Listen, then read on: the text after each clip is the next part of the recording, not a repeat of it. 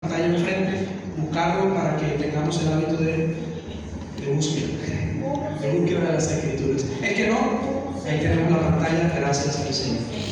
Filipenses 1, versículo del 6 al 9. Leemos la inerrante, todopoderosa y suficiente palabra de Dios hoy.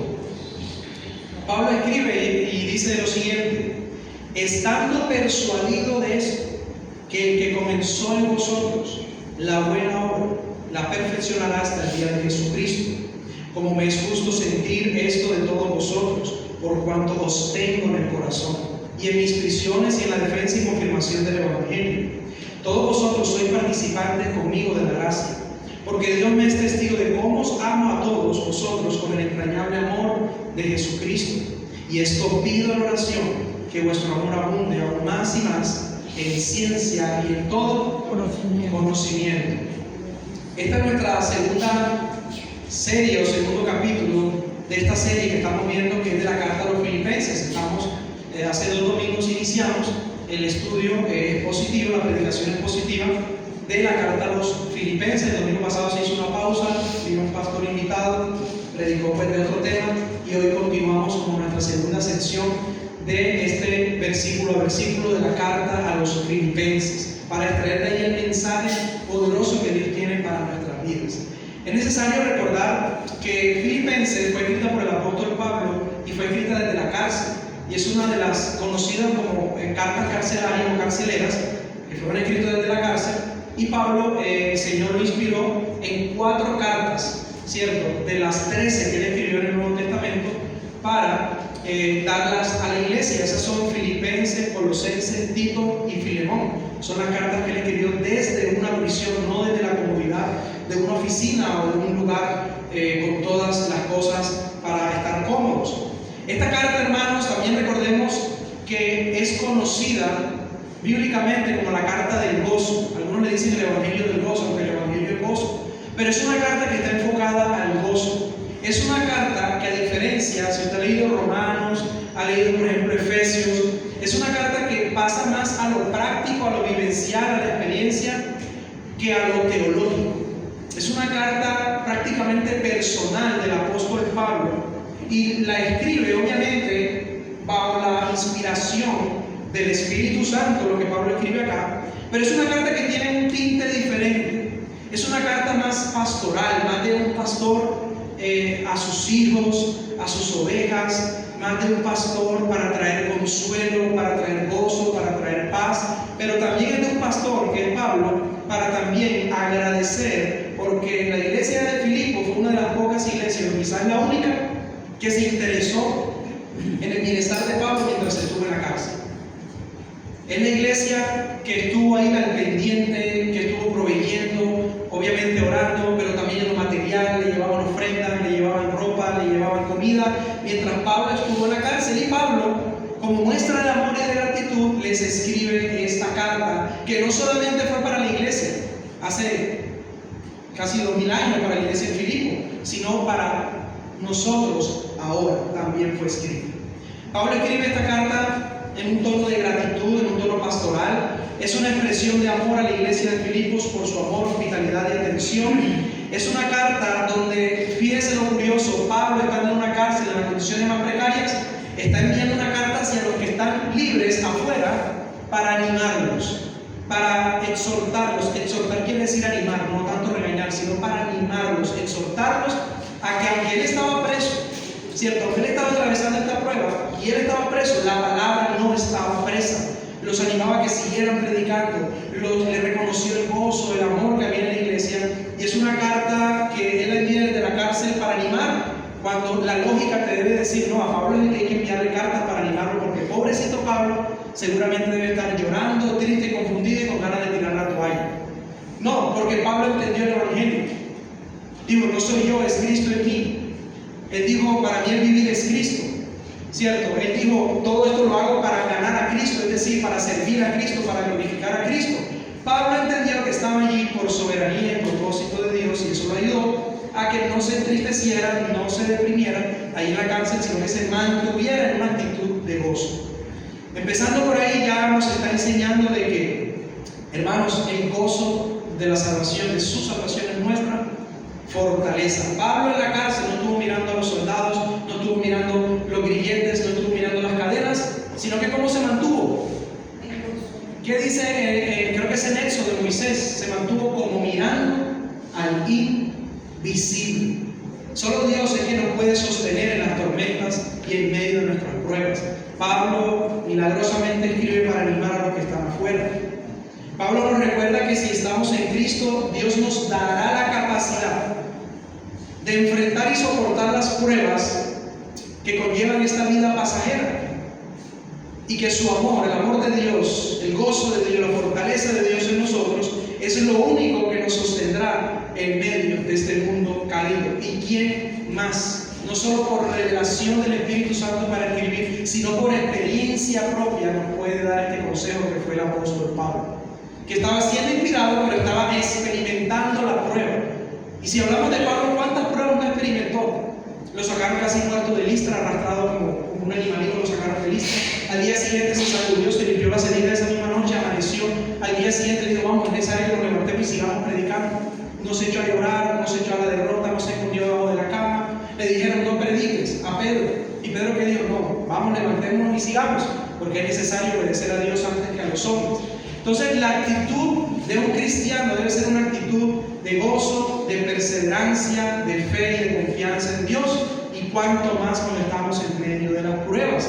Entonces Pablo tiene la experiencia, pero también la revelación de parte de Dios, para escribir que sí es posible seguir adelante en medio de las situaciones, sí es posible avanzar, sí es posible perseverar en medio del dolor, en medio de la enfermedad, en medio de la persecución, en medio de todas las cosas que nos ocurren. Esta carta trae consuelo y nos recuerda el gozo del Señor, que es nuestra fortaleza. Entonces, hermanos, en el versículo 6 es la base, es la piedra del ángulo que sostiene todo el argumento de la carta.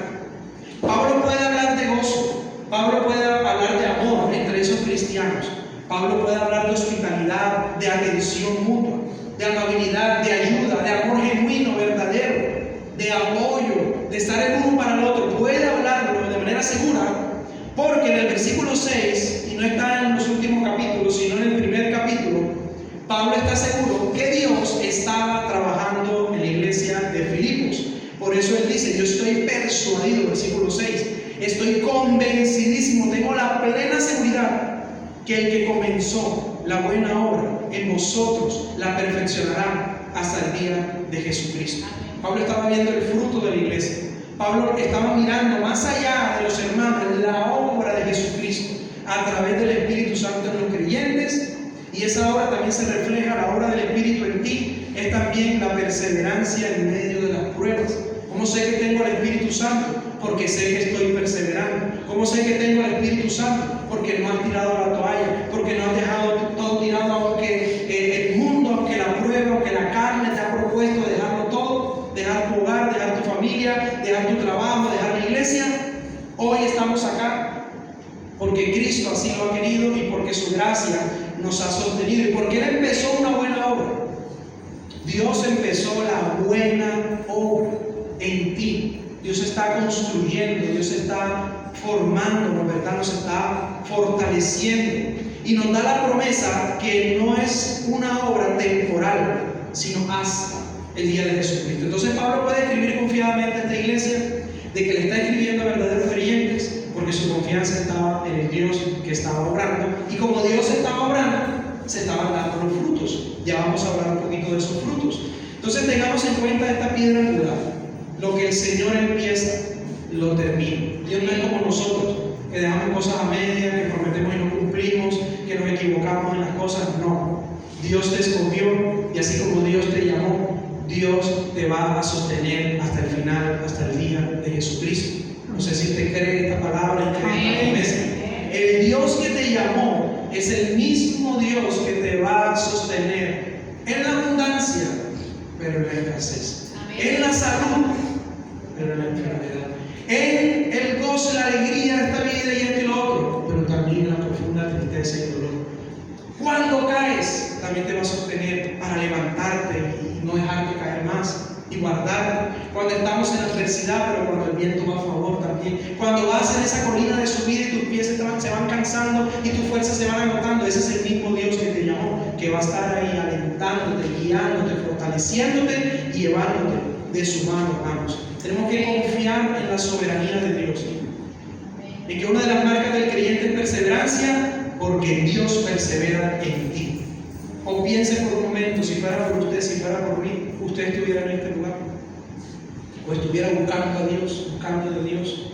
No, si estamos es porque Dios empezó la buena obra y promete terminarla hasta el día de Jesucristo. Entonces, con base en esta verdad, Pablo empieza a describir ese amor, tanto de él para los hermanos en Filipos, pero también el amor de los hermanos creyentes, los cristianos de Filipos, hacia él. Y él dice el versículo 7, empieza diciendo: como me es justo sentir esto de vosotros, por cuantos tengo en el corazón, y en mis prisiones, y en la defensa y confirmación del Evangelio, que todos vosotros sois participantes conmigo de la gracia. Y para que no se me escape este detalle, el título de esta mañana es el amor entrañable de Jesucristo. El amor entrañable de Jesucristo. Y de eso es lo que habla el apóstol Pablo. Él dice: me es justo sentir. Es decir, está diciendo: me es correcto sentir, experimentar esto, porque Dios está haciendo la obra en ustedes. Me es justo sentir esto de vosotros, porque los llevo y los tengo en el corazón. Imagínense esas palabras tan amorosas, tan bonitas que Pablo está hablándole a los filipenses. Él describe y dice: ustedes no son cualquiera, ustedes son mis hermanos, batallamos juntos, están conmigo, yo estoy con ustedes. Y dice: yo los llevo en el corazón. Y hermanos, esta no es una expresión menor para pasar de largo simplemente: ay, qué bonito es Pablo. No, es una expresión no es una expresión de un afecto superficial, no. Es una expresión de un verdadero amor y vínculo espiritual profundo. Había un vínculo entre Pablo y la iglesia. La iglesia de Filipos no solo era un grupo de creyentes para Pablo, eran hermanos que estaban unidos a él en Cristo. ¿Y sabe por qué, hermanos? Hay una unión espiritual nosotros con nosotros, ¿cierto? Dice que somos ese edificio, ese cuerpo de Cristo, porque el Evangelio crea verdaderos vínculos reales. ¿Qué dice la Escritura? Que nosotros tenemos, dice que los hermanos en la primera iglesia tenían todas las cosas en común, pero hay una cosa que tenemos principalmente en común, aunque pensamos diferente, tenemos gustos diferentes, que nos gusta una comida diferente, un color diferente, tenemos modo, manera de hacer las cosas diferentes, aunque hay pensamientos diferentes, hay una sola cosa que tenemos en común, y es Cristo. Y como Cristo es la piedra principal del ángulo, es la que une y sostiene todo el edificio, a pesar de la diversidad de pensamiento, debemos tener en cuenta que tenemos una sola cosa en común, que fuimos redimidos por la misma gracia, por el mismo Dios, por el mismo Salvador, y limpiados y salvados por la misma sangre. Esa verdad del Evangelio, de la redención de Cristo en nosotros, es lo que nosotros tenemos en común, y es lo que nos va a ayudar aún cuando el otro piense diferente al otro. Obviamente todo pensamiento debe estar anclado en la Escritura, porque principalmente nos une Cristo por la verdad que Él aquí estableció, ¿cierto? Por eso dice: haya pues, ahí mismo en Filipenses, haya pues en vosotros este sentir que también hubo en Cristo. Y empieza a describir, es decir, todos sientan una misma cosa, haya unidad en la iglesia. Y estamos hablando que Pablo estaba resaltando esa unidad porque ellos habían creído el Evangelio, estaban viviendo el Evangelio, y porque el Evangelio es la única verdad que crea vínculos espirituales reales. Hermanos, cuando Cristo une a las personas, nace un amor que no depende del interés, de la conveniencia material, o me acerco a ti porque de ti puedo recibir esto. No, es un amor verdadero despojado de intereses materiales y conveniencias, que es por la gracia de Dios que ha sido derramada en nosotros. La Biblia nos habla de que somos un cuerpo y una verdadera familia. El trato de Pablo aquí para nosotros es que somos una familia en Cristo Jesús. Y por eso quiero que vayamos a 1 Corintios capítulo 12, versículo del 12 al 22. Somos una familia, hermanos, y estamos unidos por la sangre de Cristo para vivir de tal manera. 1 Corintios 12, versículo 12 al 22. Nos dice de la siguiente manera. Leo así la palabra de Dios. Porque así como el cuerpo es uno y tiene muchos miembros, pero todos los miembros del cuerpo, siendo muchos, son un solo cuerpo, así también Cristo. Porque por un solo espíritu fuimos todos bautizados en un cuerpo, sean judíos o sean griegos, sean esclavos o libres. Y a todos se nos dio de beber de un mismo espíritu. Además, el cuerpo no es un solo miembro, sino muchos. Si dijera el pie, porque no soy mano, no soy del cuerpo, por eso no será del cuerpo. Y si dijera la oreja, porque no soy ojo, no soy del cuerpo, por eso no será del cuerpo. Si todo el cuerpo fuese ojo, ¿dónde estarían los oídos? Si todo fuese oído, ¿dónde estaría el olfato? Mas ahora Dios ha colocado los miembros, cada uno de ellos en el cuerpo como quiso. Porque si todos fueran un solo miembro, ¿dónde estaría el cuerpo? Pero ahora son muchos los miembros, pero el cuerpo es uno solo. Y mírese bien, ni el ojo puede decir a la mano, no te necesito, orgullo, ¿verdad? Arrogancia, ni tampoco la cabeza a los pies, no tengo necesidad de ustedes. Antes bien, los miembros del cuerpo que parecen más débiles son los más necesarios. Habla de un solo cuerpo, de un solo bautizo, de un mismo espíritu, de una unidad. Por eso los creyentes, hermanos, somos la verdadera familia. La familia de Cristo es la verdadera familia en esta tierra, y que no solo queda en esta tierra, sino hasta la eternidad. Somos llamados una familia. Miren Romanos 12, del 3 al 5, como lo señala también. Romanos 12, del 13 al 5. Dice la palabra de Dios. Romanos 12, 3, 5 al 5. Dice así: digo pues, por la gracia que me es dada a cada cual que está entre vosotros. Mira entonces cómo debe ser la actitud para no romper la unidad, para no romper el vínculo, para no dañar la armonía de la iglesia y la armonía de los creyentes. Esta es la clave para no romper y dañar y pisotear la armonía y la unidad que Dios trae a los creyentes.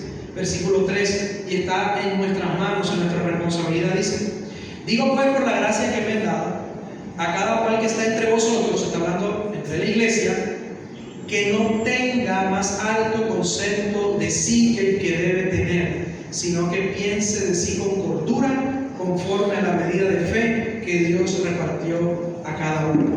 Porque de la manera que en un cuerpo tenemos muchos miembros, pero todos los miembros tienen la misma función, así nosotros, siendo muchos, somos un cuerpo en Cristo, y todos miembros los unos a los otros. ¿Por qué el apodo de nosotros como cristianos, y más que apodo, es nuestra identidad? Le decimos hermano Jonathan, hermana Nay, hermano José, hermano Fabio. No es solamente un vocabulario meramente evangélico, no, es una verdad que te identifica. Tú eres mi hermano, tú eres mi hermana, yo soy tu hermano, y Dios nos manda a vivir, ¿verdad?, de tal manera. Pero para no irrumpir, ¿o qué es lo que daña esa relación? Cuando usted empieza a pensar que es más que el otro y cae en orgullo y arrogancia. Eso daña, rompe vínculos, daña relaciones. Y la Biblia dice: ojo, no te sobreexaltes. La Biblia dice: no tengas más alto concepto del que debas tener, sino que piensa con cordura. No te enloquezcas, no te ensordezcas, ¿cómo se dice? Ensorberber, que caigas en soberbia, ¿verdad? Que caigamos en arrogancia, sino que piensa de ti centrado, con cordura. Y mire, conforme a la medida de fe que Dios repartió a cada uno. No conforme a lo que yo creo ser, sino a lo que Cristo nos ha dado. Amén. Entonces, nadie tenga más alto concepto de sí el que debe tener, sino que piense con cordura de sí mismo. Y ahí mismo en Filipenses, capítulo 2, versículo 3, lo dice de la siguiente manera. Filipenses 2, del 3 al 4. Mire cómo dice: otra cosa para mantener la unidad en la familia de Dios, en el amor de Dios para con nosotros, versículo 3 y 4 de Filipenses 2, dice: nada hagan por contienda o por vanagloria. De que yo hoy voy a predicar acá y yo me voy a enseñorear de ustedes porque la vanagloria me absorbe. No, todo con humildad, dice Pablo. Nada hagáis por contienda o por Antes bien, ¿con qué? Con humildad. ¿Cómo debe andar el cristiano? Con humildad. Solo en la iglesia aquí nos abrazamos, nos damos la mano, nos sonreímos. ¿O cuánto más allá afuera? ¿Y cuánto más con el que no conoce de Dios? Antes bien, andemos con humildad. Y miren la clave: estimando cada uno de los demás como superiores al mismo. No estimarme yo superior al hermano Carlos aquí, a los hermanos que están acá. Yo soy superior a ustedes, no. Que Dios por gracia me ha llamado a ser pues el pastor encargado de esta iglesia, pues gloria a Dios, yo no merezco ni el 1% de este ministerio, pero Dios lo ha hecho así. Pero eso no me da pie a mí de sentirme superior. ¿Qué dice la Escritura? No te enseñorees de la grace de Dios que Dios ha colocado frente tuyo, de la grace que Cristo compró con su propia sangre. Sino antes bien debemos conducirnos humildemente. Y conducirnos humildemente es el pasaje anterior. No pienses, no tengas más alto concepto de ti del que debas tener. Es decir, no te creas superior a los demás, porque eso va a crear roces. No hagáis nada por contiendas, por vanagloria, porque eso trae destrucción, y no solo en la iglesia, en la casa, en el trabajo, en la calle, en todas partes. Y Pablo va profundamente. Él dice: más bien estima a los demás como si ellos fueran superiores a ti. Ahora, llevémoslo a la práctica. ¿Usted se imagina si eso fuera, lo practicáramos 100%? Que yo, en vez de creerme más, yo más bien me hago siervo, como dice la Escritura, de los demás. Pero obviamente, y los demás, entendiendo esto, también se hacen siervos de Él. ¿Cómo abundaría la humildad? ¿Cómo abundaría la armonía? ¿Cómo nos pelearíamos, en el buen sentido de la palabra, por servirnos los unos a los otros, por servir en la iglesia, por ayudarnos, por atendernos, entendiendo, ¿verdad?, que el que quiera ser superior en el reino de los cielos tiene que hacerse como un siervo, tiene que hacer, que quiera ser el más grande debe hacerse como el más pequeño, y Cristo es el ejemplo de eso. Él no se creyó, a pesar que podía, y no es de creerse, Él es el superior de superiores. Pero que dijo, cuando Pedro se sorprendió: tú me vienes a lavar los pies a mí, es necesario que yo lo haga. No, yo soy el que tengo que lavarte los pies a ti. Bueno, Pedro tenía un buen concepto, él sabía que tenía que servirle. ¿Qué hizo Jesús? Se puso la toalla en su hombro, cogió la bandeja con agua y pasó uno por uno lavando los pies de cada uno. Y él dijo: yo no vine para ser servido, sino para servir. Eso es humildad. La vida cristiana no es una vida de egos, de altivez, de cargos altos, de superioridad, de jerarquías. Yo soy el dueño de la iglesia porque soy el pastor y soy el jefe. No, erramos, error. La vida cristiana, así seas el pastor, así seas el que barre, así sea el que graba, así sea el que pone la música, así sea el que hace lo que haga, es una vida de humildad, de servicio, de tomar tu cruz y seguir adelante, de atendernos, de amarnos, ¿verdad?, los unos a los otros. Porque si vivo contrario a eso, entonces ¿cuál es el Cristo que yo conozco? Porque el Cristo que conocemos no es un Cristo que se levantó altivo. Miren, Él dijo: el Hijo del Hombre no tiene ni siquiera donde recostar su cabeza. ¿Y sabe qué hizo cuando entró a Jerusalén? Él no llegó en un prado. Aquí viene el apóstol Jesús, porque él era apóstol también, apóstol Jesús, profeta, porque también era profeta, salvador, maestro, sacerdote. Hagan un favor, vayan allá de la señora Nancy, que ella tiene un pollino. Díganle a la señora Nancy, a su esposo, que lo preste. Ay, señor, pero si esa señora se escandaliza y dice: vaya, que eso ya está listo, ustedes vayan. Fue, claro, vamos, y entró en un pollino. Y la gente lo estaba esperando, salve, esperando que entrara una caravana de carruajes con soldados de 2 metros, con espadas desenvainadas, porque aquí llegó el jefe de jefes. Pero a veces nosotros queremos que nos brinden todas aquellas cosas que ni siquiera Jesús pidió, que ni siquiera Jesús vivió. Que el apóstol que andan por ahí, que los profetas que andan por ahí, no vienen o no van a esas iglesias, se puede llamar así, si no le dan las ofrendas de 20 millones de pesos, de 30 millones de pesos, hotel de 5 estrellas, camioneta Toyota Prado. No es ese el Cristo de la Biblia, es otro. Es otro, nosotros por ahí que se inventaron, ¿verdad? No es el carácter de ni siquiera de los apóstoles que están acá. Cuando dijo el apóstol Pablo, el mismo en Filipenses, lo vamos a ver, que dice: todo lo puedo en Cristo que me fortalece. Antes, él dijo: he aprendido a vivir en la escasez, he aprendido a vivir cuando no tengo nada, pero también he aprendido a vivir cuando lo tengo todo, cuando estoy bien. Sea que tenga o sea que no tenga, he aprendido a vivir en ello. Y ahora dice: todo lo puedo en Cristo que me fortalece. Hermanos, la vida cristiana no es una vida de egos, de jerarquía ni de altivez, sino no haciendo nada por contienda ni por vanagloria. Antes, o sea, cuando eso venga a tu vida, recuerda, debo ser como Cristo. ¿Qué hizo Cristo aquí? ¿Qué respondió el Señor acá? ¿Cuál fue la actitud de Jesús en esta situación? ¿Qué fue lo que hizo Cristo cuando lo ofendieron, cuando oraba por los enemigos, perdonaba a los que no merecían perdón, servía a los que no merecían ser servidos, para mostrar la humildad y para mostrar el amor de Dios? Entonces, es con humildad estimando a cada uno a los demás como superiores a Él mismo. Esto es un trabajo, ¿verdad?, que el Espíritu Santo hace en nuestras vidas. Ahora, Pablo, regresando, ¿verdad? Pablo dice, los llevo en el corazón. Y yo leía, y yo recordaba, bueno, meditaba leyendo el pasaje, preparando un mensaje, meditando en la Escritura. Y yo me preguntaba, ¿hace cuánto yo le digo a un hermano, te llevo en el corazón? O sea, ¿hace cuánto tú y yo no le decimos a un hermano o hermana en Cristo, hermano, te amo en el amor de Cristo, pero no te amo sincero, de verdad? Te llevo en el corazón, lo llevo en el corazón. ¿Hace cuánto no expresamos de manera corpórea, verbal, verdad, que nos amamos los unos a los otros, que lo llevamos en el corazón?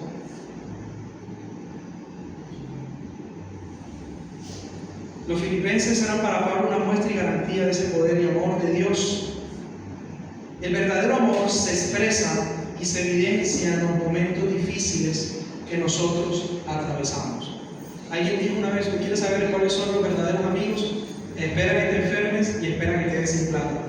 De los 100, esos dos que fueron, esos son tus amigos. ¿Dónde se ve la verdadera muestra de amor, de amistad, de unidad?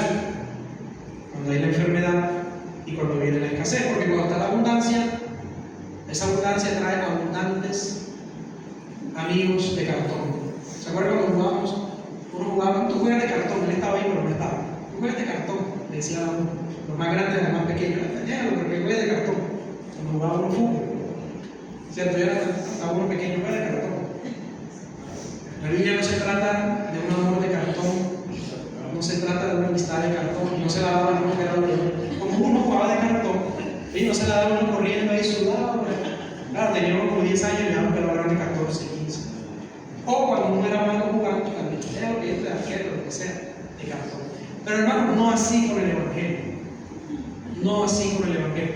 En el Evangelio no hay cristianos de cartón. Dios está llamando cristianos verdaderos, esforzados, valientes, que se comporten conforme a la estatura de Cristo, conforme a lo que Cristo estableció, viviendo una vida de amor y de humildad verdaderos, verdaderos, verdaderos.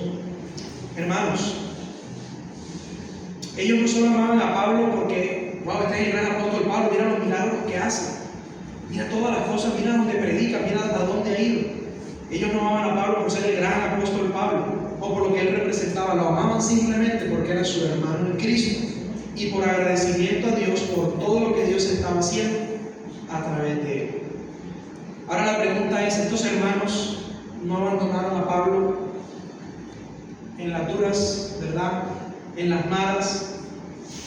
Asimismo es como Cristo tampoco a ti y a mí nos ha abandonado ni aún en los peores momentos de crisis y de adversidad en tu vida. ¿Y sabe dónde se refleja esa compañía y amor de Cristo? No es que literalmente descendieron ángeles, y no que yo vi en el cuarto unos angelitos haciendo así, con alas o algo. Se refleja el amor de Cristo, la compañía de Cristo, el afecto de Cristo, el cariño de Cristo en cada uno de nosotros. ¿A quién usa Cristo para consolar? A nosotros mismos. ¿A quién usa el Señor para acompañar?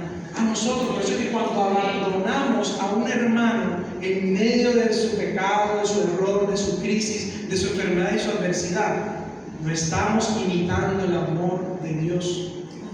No estamos imitando el Evangelio. Cristo, si no te ha abandonado en los peores momentos de crisis y de adversidad en tu vida, porque a veces nosotros sí nos abandonamos los unos a los otros y nos olvidamos en esos momentos. Mira, hermano, una cosa tan sencilla para no irme lejos. Por ejemplo, hoy no vinieron varios hermanos. Quizás se enredaron por ahí los hermanos que viven lejos, en Huachaca, que casi imposible venir hoy, hay muchas cosas. Hermanos que no vinieron. La tarea y la pregunta es: ¿algún día tú y yo nos hemos preocupado? Hola hermana tal, ¿cómo estás? Te extrañamos. Quería saber si te presentó alguna dificultad que te pueda ayudar, que no te vimos en el culto. Cositas tan sencillas como una llamada de algún hermano que usted tiene 2 domingos que no ve, y llamar y preocuparnos. Y cuando de pronto en el grupo decimos: hermano, la hermana fulana está enferma, está en la clínica o algo, qué bonito es, ¿verdad?, que uno tome un minuto es demasiado tiempo, 15 segundos para abrir el WhatsApp, buscar el contacto. Hola hermano, ¿cómo estás? Dios te bendiga, ¿qué te puedo ayudar? ¿Cómo sigues? ¿Cierto? A veces, y no estamos abandonando, no estamos diciendo cosas grandes, extraordinarias, cositas pequeñas, que en esos detalles pequeños se muestra la práctica del amor de Cristo, una ausencia. Pero a veces, y me pasa y a todos nos pasa, no, somos indiferentes de pronto con el hermano que no vino, con el hermano que se enfermó, y sí, estamos orando. Muchas veces ni se está orando por ese hermano. Te estoy orando por ti. ¿Quién sabe si se está orando por ti o no está orando? Pero el verdadero amor nos lleva a la acción. Nos lleva a la acción, y vamos a verlo para ir culminando. Cristo no te ha abandonado. ¿Por qué nos abandonamos los unos a los otros? O peor aún, si Cristo ha estado contigo en medio de las pruebas, ¿por qué abandonarlo a Él cuando todo va bien o cuando todo marcha sin problemas? A veces entonces se arregló la situación, se fue la enfermedad y entonces abandonamos a Cristo. Abandonamos en un sentido que le damos la espalda, ya recibí milagro, como se llama, como le quiera poner, por favor de Dios, y lo abandonamos. Si Él no te abandonó en las peores crisis, si no, Él no te abandonó cuando estabas caído, cuando estabas en el suelo, derrotado, sino que te levantó. Como ya todo está bien, ¿por qué abandonarlo a Él? ¿Por qué abandonarlo a Él si Él ha sido fiel contigo? Seguimos avanzando, hermano, porque Él describe que lleva a los hermanos en el corazón, está expresando un amor genuino que debemos tener todos nosotros, y también está diciendo de que la iglesia fue participante con Él de la gracia. Lo dice el versículo 7. Como me es justo sentir esto de todos vosotros por cuantos tengo en el corazón y en mis prisiones, y en la defensa y confirmación del Evangelio. Todos ustedes son participantes conmigo de la gracia. Aquí quise señalar ese participante conmigo de la gracia para decir que todos como iglesia somos coparticipantes de la gracia, unos con otros. ¿Por qué? Porque compartimos la misma obra de Dios, tanto la que recibimos como la que hacemos, tanto en la obra común que Dios ha hecho en cada uno de nosotros, como también en la misión que Dios nos ha encomendado. Todos somos partícipes de la gracia de Dios en servirle, en adorarle. Los filipenses apoyaban a Pablo, oraban por él y le ayudaban a sostener su ministerio. Aunque Pablo estaba preso, la iglesia estaba espiritualmente involucrada en la obra del Evangelio. Dios nos llama a participar de la gracia de unos a los otros, ¿verdad? Y esto nos muestra una verdad fundamental, y es que en la iglesia, hermanos, no solamente somos espectadores, como quien va a un lugar de un evento a ver todas las maravillas que se puedan hacer acá, una buena música, o ya congregarme y cumplir con Dios y me voy. No, en la iglesia no debemos ser solo espectadores, todos somos participantes de la gracia y de la misión de Dios. Todos debemos participar en las necesidades de la iglesia, pero también en las necesidades de los unos por los otros. Todos debemos estar identificados con las situaciones de los demás, no desentendidos ni aislados, sino identificarnos el uno con el otro, en el sentido de estar dispuestos a ayudar, a apoyar, a colaborarnos unos con otros como familia unida por Cristo y por el amor de Dios en nosotros. Por eso le dice: ustedes son participantes conmigo. Lo que Pablo está diciendo, que yo estoy solo corporalmente en esta prisión, sé que ustedes están conmigo, porque están orando y porque esa oración de que Dios me guarde, de que Dios me fortalezca, se ve reflejada en que ustedes extienden la mano para ayudarme, para ayudarme a sostener. Eso significa participar conmigo de la gracia, participar de las aflicciones de Pablo. Estaban en la cárcel, pero Pablo sabía, obviamente, que Dios estaba con él, pero que él no estaba solo. También dice defensa y confirmación del Evangelio. Pero sigue diciendo el versículo 7, somos participantes de la gracia. Versículo 8, porque Dios me es testigo de cómo amo a todos vosotros, cómo los amo a todos ustedes. Y mire esta palabra, que es el título: con el entrañable amor de Jesucristo. Pero me llama la atención y quiero señalar para ir terminando. Yo digo como 5 veces que voy terminando. Ya van 2. Ese es un problema que tengo. Ya voy terminando, 20 minutos más. Pero gloria a Dios, ¿verdad? Que el Señor. Sí, te dice el versículo 8: porque Dios me es testigo de cómo os amo a todos vosotros, con el amor entrañable. ¿Saben el problema en que Pablo se está metiendo si eso no fuese verdad? Poniendo a Dios de testigo. O sea, yo puedo traer a Dios, bajarlo y ponerlo ahí, y Él puede testificar que yo los amo de corazón. Puso a Dios de testigo. Ahora sí, antes era un perseguidor de los creyentes. Amén, pasó de ser perseguidor a ser perseguido. Y esto me llama la atención porque el amor de Cristo es para testificarlo y duplicarlo, replicarlo en los demás, ¿verdad? La pregunta es, si pudiéramos, aunque Dios está en este lugar, pero si de alguna manera pudiéramos traer a Dios acá al lado, es un ejemplo humano, completamente humano, ¿no? Traer a Dios acá al lado y que Él testificara del amor de cada uno de nosotros, por Él y por cada uno de nosotros. Ese testigo que diría de nosotros, calificaríamos, descalificaríamos, perdemos el examen, sacamos 0, sacamos 10, sacamos 8. Pablo dice, estoy tranquilo, Dios es testigo de cómo los amo con el amor entrañable de Jesucristo. Si Dios fuera testigo y hoy le tocara testificar con la pantalla y todos los acontecimientos ahí de nuestro corazón, del amor de nosotros, el uno por el otro, ¿qué diría? Eso piénselo usted, eso lo pensé yo también, y no me fue así como que tan, no vayan a creer. Nos falta mucho todavía, ¿verdad? Dios, Él nos dice, Epafrodito es testigo, Pedro es testigo de cómo los amo. No, es que Juan, el discípulo de la amorosa, el discípulo amado, Él es testigo porque yo hablé con él. No, Dios por testigo. Si Dios estuviese acá, y de hecho está como testigo, pero si tuviésemos la capacidad de que Él hablara aquí literalmente, Dios hablando, y revelara todo, las veces que hemos sentido rabia con un hermano, las veces que he tenido falta de perdón con alguien, las veces que me dejo impedir por la amargura, por la ira, la venganza. Uy, Señor, fulmínanos ya porque no queremos escuchar más esto. Cierto, pero hermanos, es un proceso.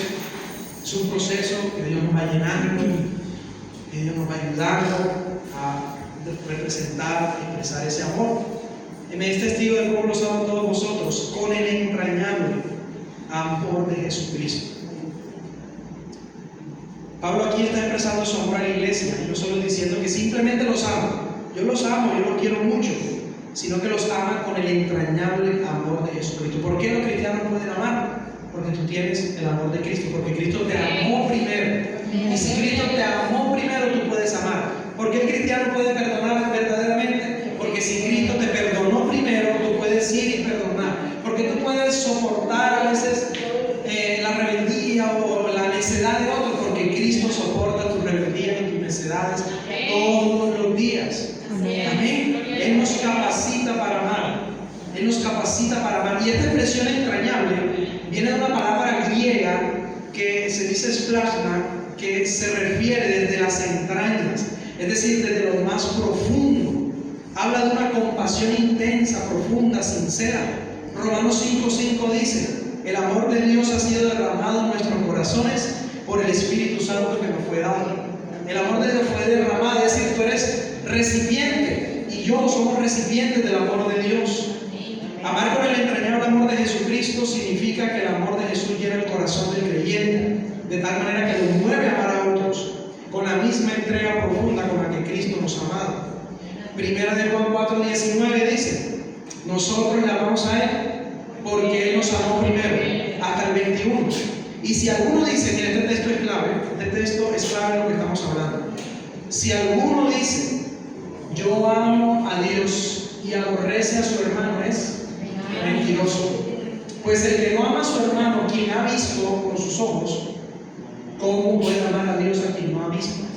Por eso en reiteradas ocasiones he dicho lo siguiente: lo aprendí, no son palabras mías, lo aprendí una vez en una predicación. Este predicador decía: nuestra relación con Dios se refleja y se ve en la relación con los demás. Porque Dios te ama, y aquí cantamos gloria a Dios, santo, santo y todo. Pero voy y ofendo a mi hermano de palabra, voy y guardo rencor con el otro, voy y no me puedo relacionar con la hermana fulana porque es que me cae mal, no me puedo relacionar con el hermano tal porque es que ese hermanito como que se las cree, como que no, yo no me la llevo, yo mejor lo dejo por allá o algo así. O el que sea, o en la casa, o con el esposo, o con el hijo. Pero digo que amo a Dios, pero digo que tengo buena relación con Dios, pero si no tengo buena relación con los que veo, ahí hay un vacío, hay un hueco. Porque mi relación con Dios se refleja en mi relación con los demás. Y no estoy diciendo que en algún momento no haya una situación, que sí, hay situaciones, se presentan alguna cuestión que no estuvimos de acuerdo por algo, pero eso es lo que el tema es que no debe trascender. Ahí en la palabra, si usted lo deja trascender, que coja vuelo, que coja pista y carretera, dice ahí en la escritura: airado pero no pequeño, pero también dice que no dejemos esas raíces de amargura que hay en nuestro corazón. Déjenlo solo en una raíz, porque si la raíz crece y le doy trascendencia, ¿qué produce una raíz de un árbol? Cuando va creciendo, frutos, y no son frutos buenos. Entonces cortar de una vez con esas cosas, porque no conviene. Si no vamos a nuestros hermanos que vemos, pues no, difícilmente vamos a amar a Dios que no vemos. Cuando Cristo ha llenado el corazón, por lo tanto, Él gobierna nuestro corazón, el amor deja de ser humano y superficial, se convierte en un amor espiritual, profundo, sacrificial, que fluye del mismo corazón de Cristo. Romanos 5:8: mas Dios muestra su amor para con nosotros en que, siendo pecadores, Cristo murió por nosotros. Palabra clave. Dios, ¿qué hace? Muestra. Él mostró su amor, Él lo prometió y lo mostró. La pregunta es ahora también: ¿cómo mostramos nosotros nuestro amor los unos a los otros? Dios ya mostró su amor, Cristo en la cruz, muriendo. ¿Cómo ahora mostramos nosotros ese amor de Dios en los demás? Y al versículo 9 terminamos la oración de Pablo. ¿Cuál fue la oración de Pablo para la iglesia? Y esto pido en oración: que vuestro amor abunde más y más en ciencia y en todo conocimiento. Fíjense algo curioso: Pablo no estaba obligando a la iglesia a que lo amaran a él y que se amaran. Pablo no le estaba imponiendo. Pablo entendió. Esto es lo que debemos entender. Pablo entendió que si no es por la obra de Dios en nosotros, en nuestro corazón, jamás vamos a poder amar. Él lo entendió y dijo: oro para que ese amor que ya tienen no decrezca, no caiga, sino que abunde más y más. El amor bíblico no es un mero sentimentalismo, no es una emoción pasajera y vacía, no es el amor bíblico, sino que está anclado con profundidad en la verdad de la palabra de Dios y es regulado por ella. Pablo nos está mostrando que la única forma de amar verdaderamente es que Cristo nos llene con su amor, nos muestre que el amor no es por imposición o carga pesada, sino que más bien el amor es un deber y debe fluir, y la expresión de todo cristiano hacia los demás como expresión cristiana de manera natural por la obra del Espíritu Santo en nosotros. 1 Juan 4:7 dice: amados, amémonos unos a otros, porque el amor es de Dios. Todo aquel que ama ha nacido de Dios y conoce a Dios. Romanos 13:8. A veces estoy armando el mensaje, no, este mensaje va a durar como 15 minutos y resulta que se duplica por 5. Pero dice Romanos 13:8-10: no debáis nada a nadie. Estos textos ya últimos son fundamentales. No deban nada a nadie, no le deban nada a nadie, sino el que, ¿cuál es la deuda que tenemos constante los unos con los otros? Dice: el amar los unos a los otros, porque el que ama al prójimo ha cumplido la ley. Y si usted ama, mire lo que va a pasar, versículos 9 y 10: porque no adulterarás, no matarás, no hurtarás, no dirás falso testimonio, no codiciarás. Y cualquier otro mandamiento en esta sentencia se resume: amarás a tu prójimo como a ti mismo. Si hay amor, yo no tengo por qué atacar, yo no tengo por qué agredir, yo no tengo que estar pensando en engañarlos a ustedes, yo no tengo por qué estar pensando en decirles mentiras, en perjudicarlos, porque como hay amor y se ha cumplido la ley, el amor no hace mal al prójimo, dice la Escritura. Dice ahí: el amor no hace mal al prójimo. Así que el cumplimiento de la ley es el amor. Si hay amor verdadero, no hay traición, no hay mentira, no hay agresión, no hay grosería, no hay... cesan mucho más las contiendas, las disensiones y todas estas cosas. Y ya por último versículo, 1 Juan 3:18 es la conclusión del mensaje. Hijitos míos, no hablemos de palabra ni de lengua, sino de hecho y en verdad. Amén. Amén. No solo te amo, sino cómo te estoy amando. Amigos, hermanos, les invito a colocarnos sobre nuestros pies, vamos a orar. Hermanos, cuando entendemos la gracia que hemos recibido, aprendemos a amar a los hermanos con el mismo amor que Cristo nos ha amado. Una comunidad donde la gracia nos une, el amor de Cristo nos llena y el Evangelio nos hace caminar juntos. Si Cristo nos ha amado con un amor tan profundo, la respuesta natural del creyente es amar a sus hermanos con ese mismo amor que viene del corazón del Señor. Oremos en esta mañana.